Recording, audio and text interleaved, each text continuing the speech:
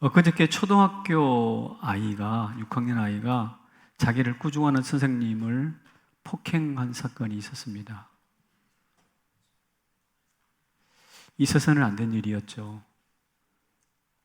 학생의 부모는 아이가 분노 조절 장애가 있어서 그렇다 라고 하면서 옹색한 변명을 했습니다. 제자들이 보는 앞에서 매를 맞았던 교사는 참 견딜 수 없는 수모를 경험했겠죠. 있을 수 없는 교권 침해다라고 규정하고 법에다가 제자를 처벌하라고 공식적으로 요청을 했습니다. 저는 이 뉴스를 들으면서 우리가 참 미숙하다라는 생각을 합니다. 무엇에 대하여 미숙한가 하면 꾸중을 하고 꾸중을 받고 하는 꾸중에 참 미숙한 사회다라는 생각을 합니다. 왜냐하면 학생과 교사 사이에 이 꾸중 때문에 뜨거운 감자가 되어서 고소고발은 물론이거니와 뜨거운 감자가 되어서 이 사회에 뉴스거리가 되잖아요. 물론 꾸중을 받으면 기분 나쁘죠. 꾸중을 받으면 의욕이 상실됩니다. 꾸중받으면 미움과 분노가 일어납니다. 꾸중의 얼굴은 그렇게 부드럽지가 않아요. 험상궂은 얼굴이 맞습니다. 그렇지만 꾸중이 필요 없는 게 아니거든요. 성경은 꾸중을 소중하게 여깁니다. 읽어볼까요? 시작. 책망할지라도 머리에 기름같이 여겨서 이를 거절치 아니할지라. 그렇습니다. 책망할지라도 머리에 무엇과 같이? 오늘 아침 머리에 나올 때 치 뿌렸죠? 안 뿌렸어요? 뿌리고 나왔어. 저도 이렇게 했을까 안 했을까요? 어떻게 알아요? 저도 이렇게 머리를 단장하고 옵니다. 그런데 머리에 스프레이든지 무스든지 뭐든지 간에 기름을 바르듯이 책망을 그렇게 받으라는 거예요. 그러니까 책망을 받되 인생에 내 얼굴을 빛나게 한 화장품으로 받으라, 이런 뜻입니다. 미가 선지자는 이렇게 이야기를 했네요. 미가 선지자 시작. 매를 순히 맞고 그것을 정하신 자를 순종할지니라. 매를 순히 맞으래요. 왜냐하면 그것을 하나님께서 정하셨기 때문에. 그래서 매를 순히 맞고 순종하는 것이 지혜다라고 말을 하는 것입니다. 그러나 앞서 꾸중 때문에 서로 다투는 것처럼 사실 꾸중을 환영하는 사람은 거의 없습니다. 만약에 그런 사람이 있다면 정말 지혜롭거나 천연기념물 같은 존재라고 말할 수 있는데, 어쨌든 분명한 사실은 성경은 꾸중과 책망과 징계를 순히 받으라고 강력하게 권고하고 있습니다. 왜 그럴까요? 이유가 뭘까요? 이런 이유 때문입니다. 지혜를 얻는 통로가 바로 그 꾸중이기 때문에 그래요. 여러분, 책을 통해서 공부를 많이 해서 지혜를 얻는 것 같지만 사실은 꾸중을 통해서 얻는 지혜가 더 훨씬 큽니다. 분명히 꾸지람, 이 꾸중을 통해서 지혜가 오는 건 맞는데, 왜 그러냐면 잠언 29장에 이렇게 설명을 해놨어요. 명확하게 채찍과 꾸지람이 무엇을? 지혜를 주거늘 그랬어요. 그러니까 꾸지람을 받는 사람은 지혜를 얻게 되고, 지혜를 얻기를 원하십니까? 꾸지람을 피하면 안 되죠. 임으로 행하게 버려둔 자식, 제 마음대로 방치된 자식은 어미의 욕이 된다라고 말을 하고 있습니다. 그러므로 우리는 꾸지람을 받되 마치 이렇게 받아요. 흙탕물이 저수지로 흘러갑니다. 그런데 며칠 있다 보면 그 물이 맑아지잖아요.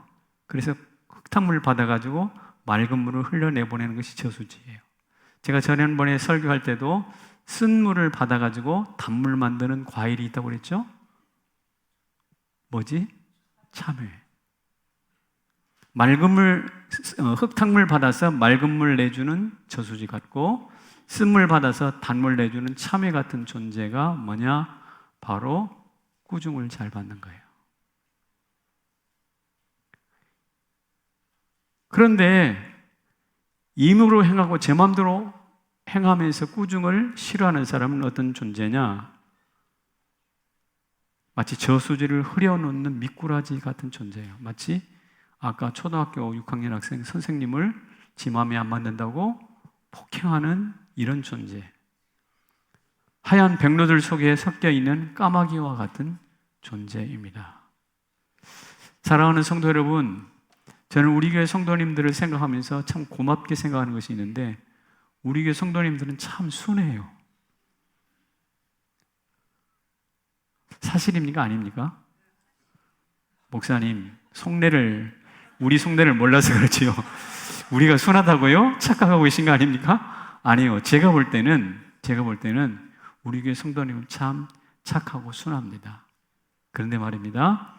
착하고 순한 것이 어느 날 갑자기 만들어진 게 아니고 하나님 말씀 앞에 꾸중을 잘 들었다는 증거예요.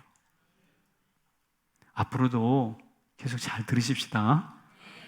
그래서 목사가 야단칠 일이 없어. 제가 돌아보니까 설교를 할 때 꾸중하고 공격하는 설교가, 미안하지만 제가 그런 설교를 잘 안 했어요. 그런데도 우리 교회 성도들이 착하고 순해. 이유가 뭘까? 이유는 단 한 가지가 있어요. 여러분들이 하나님 앞에서 말씀을 가지고 훈련받으면서 꾸중을 놓치지 않았다는 것입니다. 할렐루야. 그래서 저는 흙탕물 받고 맑은 물 내주는 저수지 같은 성남제일교회 성도, 쓴물 받지만 단물로 내어주는 참외 같은 성도 되기를 축복합니다. 우리 교회 성도들 자랑스럽죠. 어디 가서든지 자랑하고 다닐 텐데, 어쨌든 이 꾸지람을 통해서 얻는 지혜가 소중한데, 제가 지혜를 이렇게 한번 설명해 볼까요? 한 사람을 소개하겠습니다. 그는 성품이 정말로 착합니다. 그리고 항상 유쾌하게 웃음 짓고 다녀요. 그리고 그가 걸어가는 길은 항상 평화로워요. 싸움이 없습니다. 그런데 알고 보니까 엄청난 부자네요. 숨겨진 부자였어요. 사회적으로도 성공해서 꽤 고위직에 있습니다. 이 사람의 진짜 장점은 일머리를 알아요. 일을 어떻게 시작해서 어떻게 끝나야 되는지 일머리를 알아서 일을 시켜놓으면 핵심을 탁 꿰차고 붙들고 하는 일마다 성공시켜요. 멋진 사람입니다. 몸이 건강하고 생각도 건강해요. 늙어도 장수할 것 같아요. 그리고 그 주변에는 항상 활기가 넘쳐요. 웃음꽃이 피고. 만약에 이런 사람이 있다고 한다면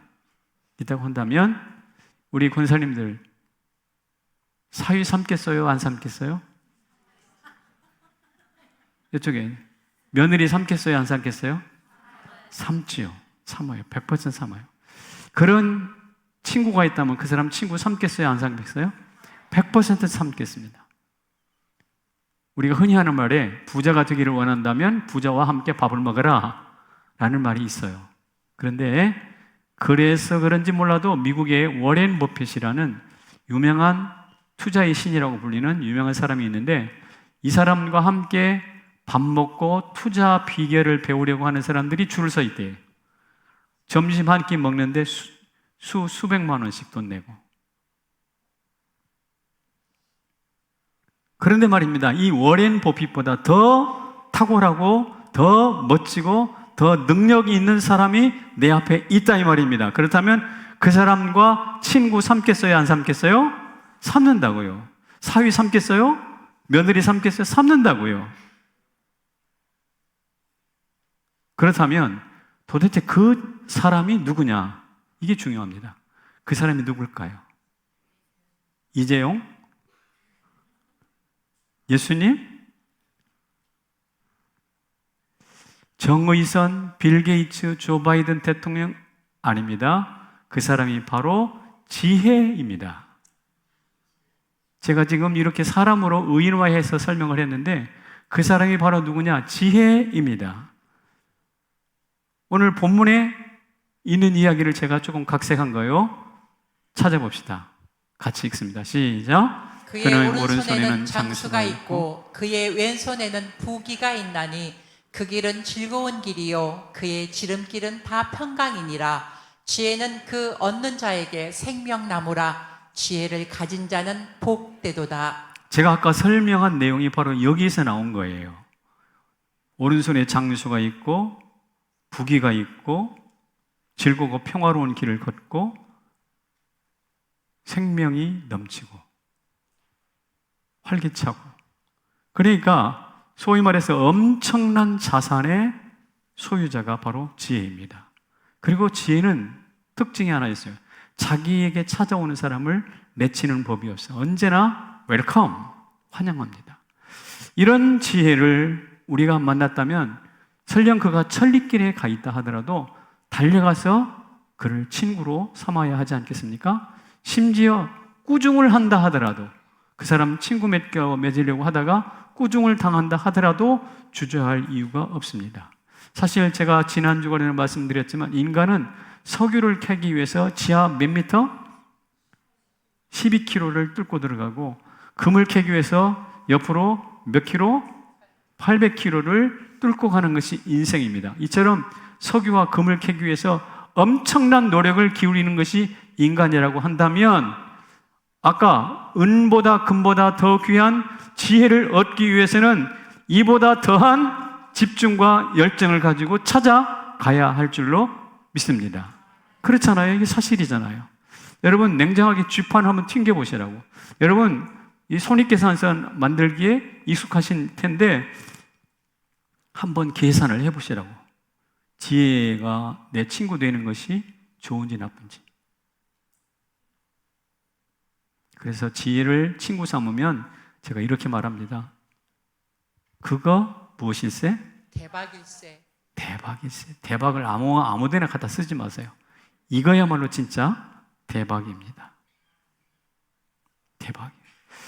왜 그러냐면 이 지혜를 하나님이 쓰실 때 어떻게 어떤 결과가 나왔는가를 보면 알아요. 이 지혜를 하나님이 쓰실 때 어떤 결과가 났는지를 알면 이 지혜가 대박인지 아닌지 알 수 있어요. 자, 하나님이 어떻게 쓰셨는지 한번 읽어봐 주시는데 우리 권사님 한번 읽어보세요. 여호와께서는 지혜로 땅에 터를 놓으셨으며 명철로 하늘을 견고히 세우셨고 그의 지식으로 깊은 바다를 갈라지게 하셨으며 공중에서 이슬이 내리게 하셨느니라. 자막을 보세요. 지혜로 땅에 터를 놓으셨고 명철로 하늘을 견고히 세우셨다. 이건 창조행위입니다. 창조행위인데 하나님이 세상을 창조하실 때 무엇으로? 지혜로. 그리고 그 다음에 지식으로 깊은 바다를 갈라지게 했어요. 공중에서 이슬이 내리게 했어요. 출애굽 사건 때 홍해를 가른 사건입니다. 그리고 광야에서 40년 동안 아침마다 이슬을 내리게 했습니다. 이것은 이스라엘의 구원을 의미합니다. 그러니까 하나님은 지혜로 무엇을 하셨는가? 창조하셨어요. 하나님은 지혜로 무엇 하셨는가? 이스라엘을 구원하셨어요. 창조와 구원만큼 하나님의 하나님 되심이 잘 드러나는 사건이 없습니다. 그런데 그 유명한 창조와 지혜 안에 뭐가 있더라고? 지혜가 있더라고. 창조와 구원 안에 지혜가 있어요.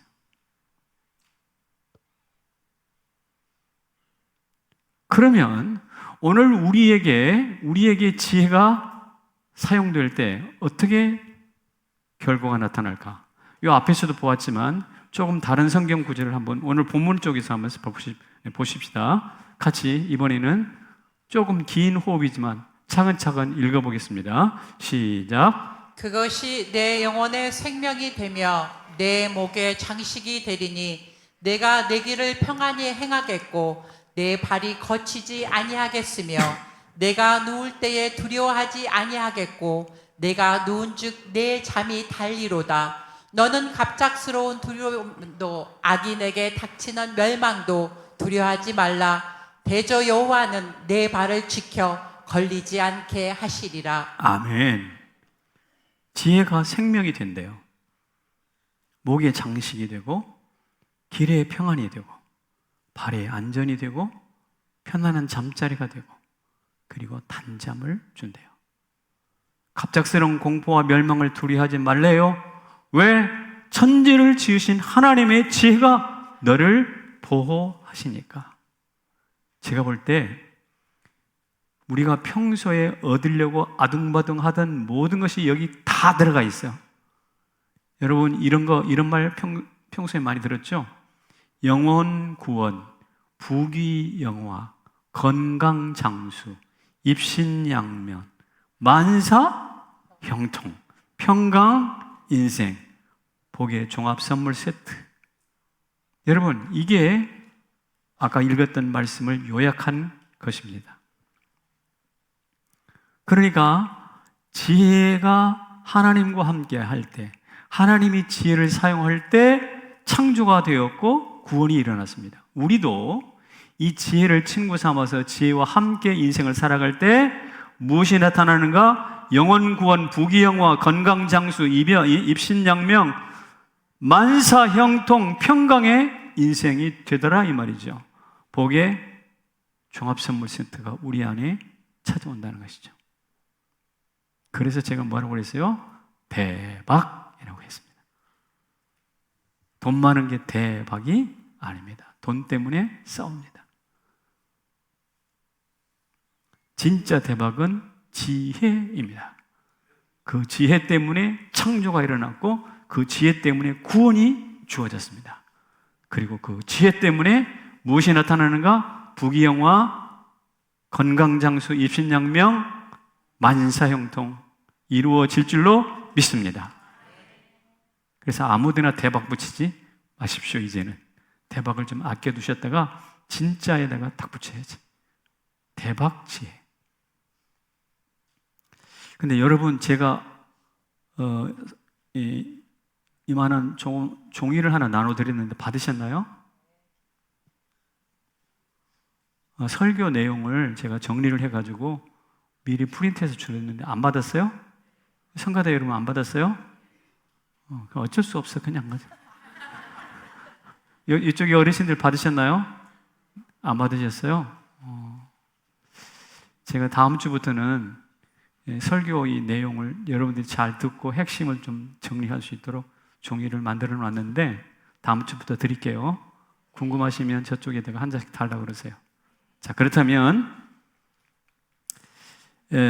이처럼 중요한 지혜가 꾸중을 통해서 오는데 꾸중을 잘 받을 때 이런 지혜를 얻게 되는데 그렇다면 중요한 이슈가 하나 있어요. 뭐냐면 꾸중을 어떻게 받을 것이냐 문제예요.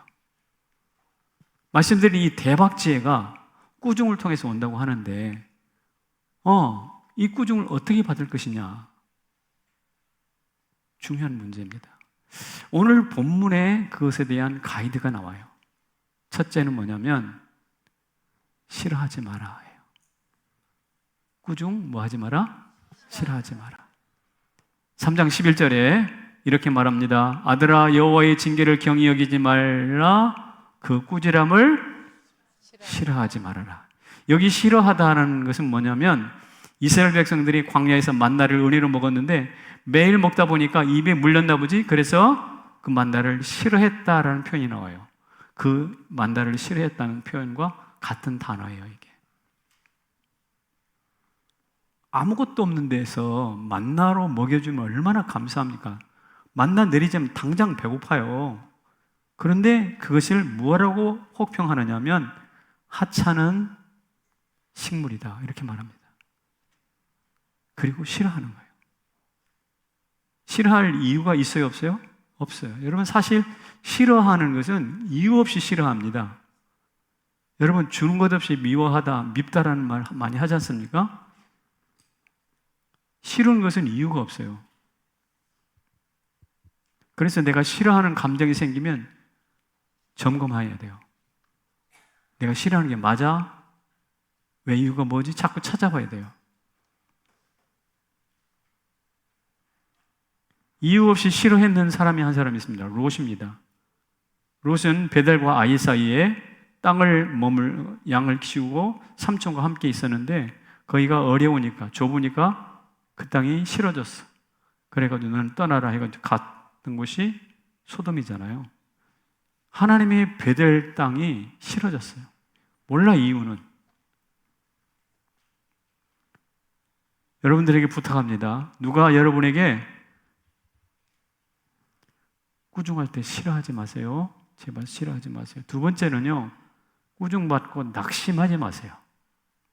낙심하지 마. 히브리서 기자는 이렇게 이야기를 하고 있습니다. 한번 권사님 읽어봐 주세요. 아들아, 주의 징계하심을 경히 여기지 말며 그에게 꾸지람을 받을 때에 낙심하지 말라. 꾸지람 받을 때 뭐 하지 마라? 낙심하지 마라. 왜? 낙심하지 말아야 때가 차면 이루니까, 열매를 거두니까.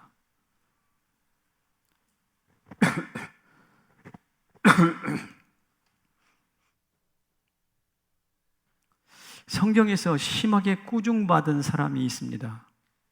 그 중에 한 사람이 노아입니다. 하나님께서 세상을 심판하실 때 엄청난 홍수를 쏟아 붓지 않았어요? 그 중에 서서 있었던 사람이 노아예요. 그런데 하나님의 준엄한 꾸지람 속에서 살았던 사람이 노아인데, 노아의 일대기를 바라보면 그가 근심했다라는 표현이 없어요. 방주를 만들었습니다. 거기 근심이라는 것은 없어요. 짐승들을 불러 모읍니다. 근심이 없어요. 비둘기를 보냅니다. 근심하는 자세가 아니에요. 방주에서 나와서 하나님께 제사를 드립니다. 역시 근심하는 자세가 아닙니다. 그에게는 어떠한 낙심이나 근심이 없어요. 여러분, 하늘이 무너져도 뭐 한다고? 솟아날 있다고 하잖아요. 그러니까 뭐 하지 마라 이 말은 낙심하지 말라요. 근데 하늘이 무너졌을 때 그때 살았던 사람이 누구라고? 노아라고. 낙심하지 않았어요. 우리나라 속담 중에도 쓸만한 것이 몇 개 있습니다. 그게 하늘이 무너져도 솟아날 구멍이 있다라는 말이 노아를 두고 하는 이야기예요. 예레미야를 보실까요? 얼마나 나라가 망하고 고통 중에 정말 수모를 당했던 사람입니까? 그러나 그가 이런 고백을 합니다. 여호와의 자비와 긍휼이 무궁하심으로 우리가 진멸되지 아니함이니이다. 다 같이 이것이 아침마다 새로우니 주의 성실이 크도소이다. 포로로 잡혀가가지고 낙심할 수 있어요. 그러나 그 낙심에 머물러 있지 않아요. 왜? 하나님의 자비와 긍휼이 아침마다 새롭다는 거예요. 그러니까 널브러져서 자빠져서 그냥 누워있고 싶은데 하나님이 아침마다 새롭게 그를 일으키시다라는 거예요. 그러니까 아무리 낙심을 받아도, 아무리 꾸중을 받아도 낙심할 수가 없는 것이죠. 그래서 여러분, 대박지혜가 여러분에게 가까이 찾아오기를 원하실 텐데, 그렇다면 꾸중받을 때 어떻게 할 건가? 싫어하지 마라, 낙심하지 마라. 싫어하지 않고 낙심하지 않으려면 같이 읽어봅시다. 시작. 감정과 태도를 점검하라. 감정과 태도를 날마다 점검해야 싫어하지 않고 낙심하지 않을 수가 있습니다. 다윗이 우리아의 아내 우리아를 죽이고 밧세바를 범하지 않았어요? 있을 수 없는 범죄를 저질렀습니다. 그때 회개하고 하나님께 꾸중 제대로 듣고 나단 선지의 제대로 된 꾸중을 듣고 이런 고백을 합니다. 같이 읽어보겠습니다. 하나님이여 피 흘린 죄에서 나를 건지소서. 내가 주의 공의를 높이 노래하리이다. 이 고백을 하기 전에 다윗은 어떤 사람이었던가요? 부하들은 전쟁터에 나가서 전쟁을 하고 있을 때 자기는 왕궁에서 늦잠 자다가 점심때쯤 늘 일어나서 어슬렁어슬렁 지붕을 거닐던 습관을 가지고 있었어요. 삶의 태도입니다. 그러다가 부하의 아내를 넘보는 음란한 감정을 가집니다. 그러니까 태도와 감정이 완전히 무너져 있다는 상태. 이 무너진 태도와 무너진 감정을 가지고 있을 때 어떻게 해요? 나단 선지자가 따가운 질책을 하잖아요. 따가운 꾸중을 보내잖아요. 그 다음에 그가 그것으로 인해 회개하고 감정과 태도가 바뀝니다. 어떻게? 피 흘린 죄로부터 나를 건져 주십시오. 내가 주의 공의로움을 찬양하겠습니다. 감정과 태도가 바뀐 거예요. 목수의 도끼를 맞은 나무가 거목으로 자라듯이 나단 선지자의 꾸중을 잘 받아 태도를 점검한 다윗이야말로 명품 인생을 살게 되는 것이거든요. 그래서 꾸중받을 때 그것을 받는 나의 태도와 감정을 날마다 점검하셔야 됩니다. 일단은 싫어하지 말고, 일단은 낙심하지 말고 내가 어떤 태도로 받느냐, 다윗처럼 받아야 된다, 이런 이야기입니다. 그렇게 받았던 한 사람이 있습니다. 제가 소개할게요.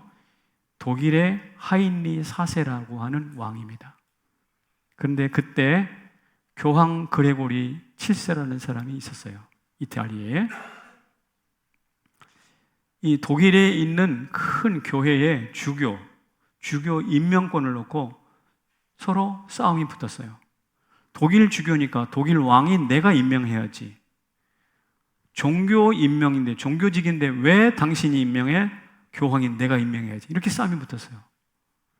그래가지고 그때 심각한 국면을 맞이하다가 아무래도 교황이 굉장히 그 위세가 대단하던 때이기 때문에 왕을 파문시키면 왕직에서 쫓겨나고 어느 순간 누군가에 의해서 자객에 의해서 죽임당해도 아무런 책임을 묻지 않는 상태가 돼요. 이것을 알았던 하인리 4세가 자기의 약함을 알고 사죄를 합니다. 어떻게 할까? 이렇게 합니다. 눈 속에서 맨발로 3일간 무릎 꿇고. 여러분, 이 사람이 누구냐면 왕이에요. 독일을 통치하는 왕이라고. 그 왕이 수많은 백성들이 바라보는 곳에서 눈 속에서 맨발로 3일간 무릎 꿇고 회개합니다. 여기에 태도를 보세요. 감정을 보세요. 결국 파문하지 않고 그레고리 7세가 그를 용서합니다. 그가 무릎 꿇었던 곳이 바로 어디냐? 카노사라는 곳인데, 역사가들은 그 사건을 놓고 카노사의 굴욕이다, 하인리 4세가 교황한테 굴욕당했다라고 평가를 합니다. 그런데 제가 볼 때는 카노사의 은혜일 수 있어요. 굴욕이 아니라. 왜냐하면 꾸중을 잘 받았으니까. 성남 제1교회도 굴욕이 아니라 은혜가 되시기를 축복합니다. 꾸중을 잘 받으면 남들이 볼 때 굴욕이라고 하는 그것마저도 뭐가 된다고요? 은혜가 되는 거예요. 예를 들면 제가 여기 있는 누군가를 제 방으로 불러다가 막 심하게 당신 성도가 맞아? 예수 똑바로 하면 돼? 하여튼 막 굴욕적인 언사를 통해서 야단을 쳐도록 해봅시다. 그럴 때 여러분들은 어떻게 반응하시렵니까? 하인리 4세처럼 무릎 꿇고 눈밭에서 3일 동안? 그럴 사람 아무도 없다고 생각해요. 그럴 사람 거의 없다고 생각해요. 이것은 분명한 것 같아요. 아마 이럴 가능성은 이 세 가지 중에 하나일 것 같습니다. 한번 읽어봅시다. 시작. 꽁, 멍, 옙. 이게 뭐지? 무슨 말인지 알겠어요. 꽁 하는 거죠? 두고 봅시다. 홍 목사님. 나한테 감히 꽁 하고 되가 아파 줄 것입니다. 뒤끝 있어요. 뒤끝 있어요. 건강하지 않아요. 성경에 이런 꽁의 인생이 있습니다. 누구냐면 압살롬이에요. 아버지한테 야단 맞았죠? 근데 꽁 하고 있다가 결국 아버지의 왕권을 넘보잖아요. 찬탈을. 그러다가 죽었어요. 그러니까 꽁 하면 나중에 꽁이 쌓여서 꽝 하고 터지더라고. 그렇죠? 꽁 하지 마세요. 나중에 꽝 터져서 공중분해 돼버려요. 압살롬입니다. 그런데 내가 왜 야단을 맞았는지 조차 모르고 있는 멍한 사람도 있어. 멍한 사람이야. 그러다 보면 멍하니 있다가 망해. 멍에서 망으로 가는 거예요. 그런 사람 성경에 있어요. 아까 누구냐면 롯이에요. 롯이 사돔에 가가지고 하나님께서 막 천사를 보내가지고 그를 깨우치고 다시 건져내잖아요. 멍해. 거기에 회개했다는 이야기가 없어. 뿐만 아니라 술 먹고 어찌어찌 하다가 딸하고 잠자리 해가지고 암몬과 모압을 낳잖아요. 이게 멍한 거예요. 멍하다가 결국 망하지. 그런데 감사하게도 옙 하는 사람이 적지만 있어요. 그런 사람들이 되시기를 축복합니다. 아까 하인이 사세처럼 바싹 무릎을 꿇고 하나님께 회개를 하는 거예요. 그런 사람이 성경에 있습니다. 누구냐? 다윗입니다. 말씀드린 것처럼 그는 꽁하지도 않아요, 멍하지도 않아요. 하나님 앞에 예라고 말합니다. 꾸중을 듣기 전과 꾸중을 들은 후가 전혀 달라요. 멍한 사람은 꾸중 듣기 전과 후가 하나도 달라지지 않아. 그런데 옛의 사람은 꾸중 듣고 난 전후가 달라진다고요. 그래서 무슨 사람이 되는가? 짱의 인생이 돼. 좀 말 잘 만든 것 같아요. 그지? 꽁이 뭐가 되고 꽝이 되고, 멍이 뭐가 되고 망하게 되고, 옙이 뭐가 되고 짱이 되고. 약간 좀 유치한 표현이긴 한데 그래도 여러분 이 야단 맞고 꾸중 듣는 자세는 저것만큼 잘 표현하는 것이 없다고 생각해. 우리 교회에 이 옙의 사람이 있습니다. 제가 설교를 준비하면서 이 옙의 사람이 진짜 있었을까라고 할 때 떠오르는 사람이 한 사람이 있었어요. 어느 날 꽤 오래전 이야기지만 제 목양실에 앉아 있었습니다. 그런데 벽에서 쿵쿵 소리가 나는 거예요. 깜짝 놀랐어요. 이게 무슨 소리지? 한두 번 나다가 그치겠지라고 기다렸는데 계속 나는 거예요. 그래서 제가 좀 약간 화가 나가지고 밖에 나가봤어요. 나갔더니 한 분이 테니스 공을 쳐가지고 벽에다가 툭툭 치는, 벽에다가 테니스 공을 쳐가지고 부딪히는 거예요. 아마 운동 삼아서 하셨겠죠. 그렇지만 아시다시피 이 건물이 수십 년 된 건물 아닙니까? 지금 벽돌은 모양을 가지고 있지만 그 가운데 있는 시멘트는 지금 버실버실하거든. 건드리면 흘러내려요. 그래서 비가 살 지경인데 거기다 대고 테니스 공을 치고 있단 말이죠. 내가 그것을 보는 순간 나도 모르게 화가 덜컥 났어요. 이런 몰직함이 있는가? 저도 모르게 소리를 쳤어요. 지금 뭐 하시는 거예요? 정신이 있어요, 없어요? 아마 제가 매우 흥분했을 겁니다. 그런데 그 후에 어떻게 됐을까요? 그분이 제 이야기를 잠시 듣고 있다가 하는 말이, 죄송합니다. 제 생각이 짧았습니다. 다시 공을 치지 않을게요. 라고 말씀을 하셨어요. 근데 이분이 이렇게 야단맞고 나면 저를 피할 수도 있잖아. 속으로 미워할 수도 있잖아.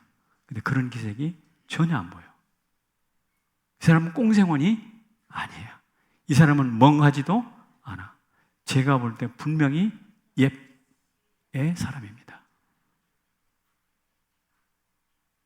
사랑하는 성도 여러분, 우리 교회에 그런 분이 계셨습니다. 저는 그분이 참 고마워요. 왜냐하면 저의 순간적인 분노마저도 받아들이고 오히려 저보다 높은 차원의 꾸중을 받는 태도를 보여주시기 때문에요.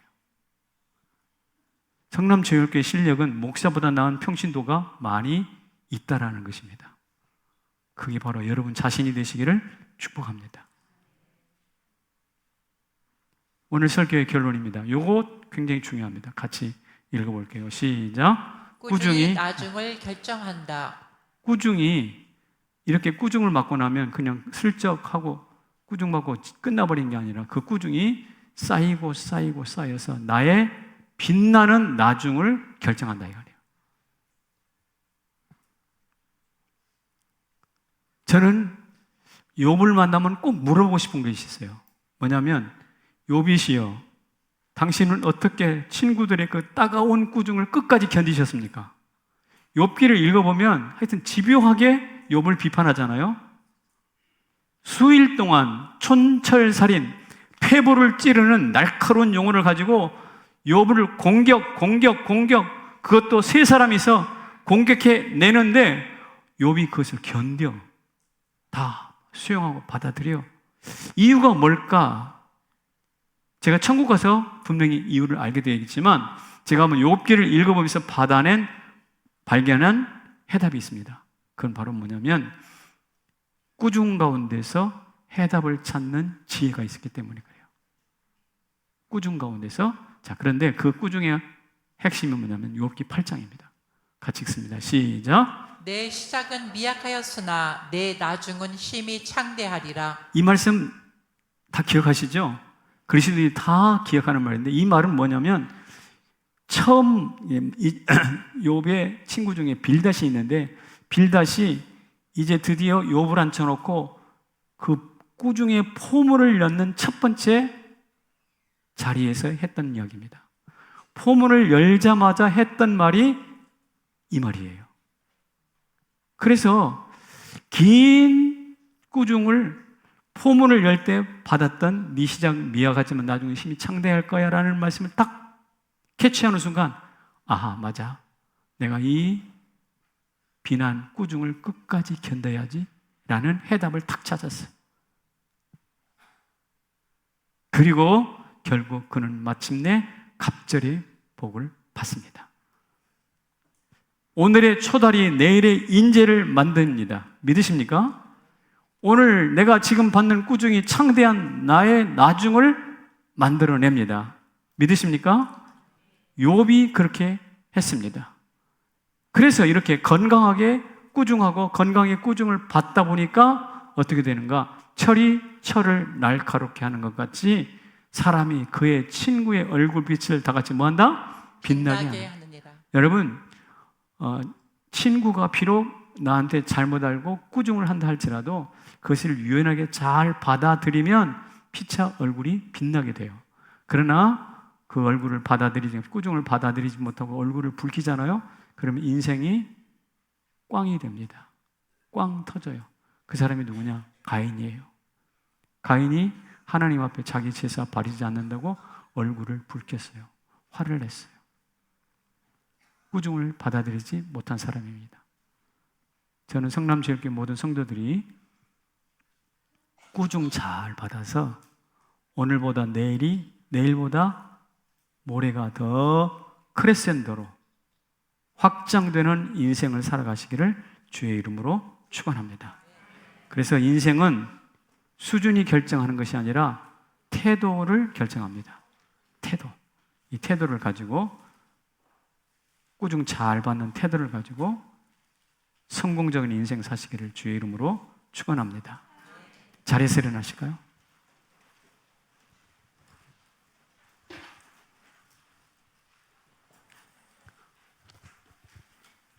오늘 우리 좀 익숙하지 않은 찬양이지만 같이